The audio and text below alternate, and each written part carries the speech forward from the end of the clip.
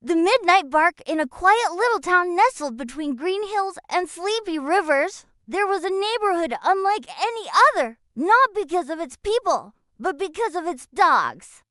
Every evening, as the humans settled into their beds, the dogs of Willow Lane held a secret gathering at the old oak tree in the park. They called it the Midnight Bark.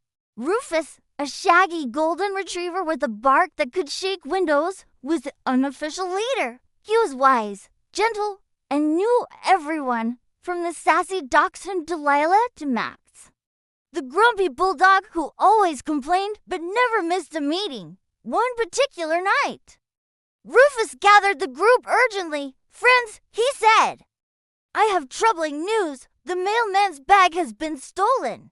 Gasps and barks erupted. This was serious. Without the mailman, there would be no letters. Without letters, no packages.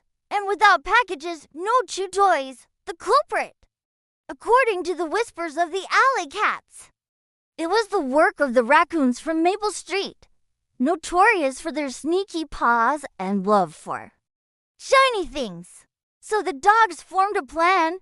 Delilah, being small and quick, would scout ahead. Bruno, the huge mastiff, would provide backup. And Rufus would negotiate. He had once convinced a squirrel to share a peanut. So he had a good track record. The operation began at 12:03 a.m. sharp. Delilah zipped through fences and hedges like a furry missile.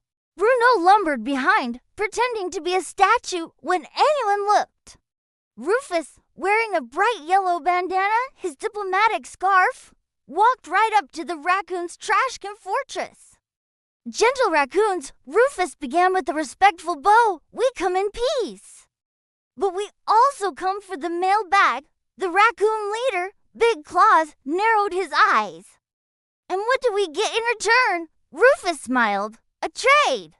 One bag of stale hot dog buns from behind the deli." The raccoons huddled. It was a tempting offer. Moments later, the bag was returned. The buns were delivered. And the dogs, heroes of the night, carried the mailman's bag back home, just in time for him to find it waiting on his porch with a note. "You're welcome."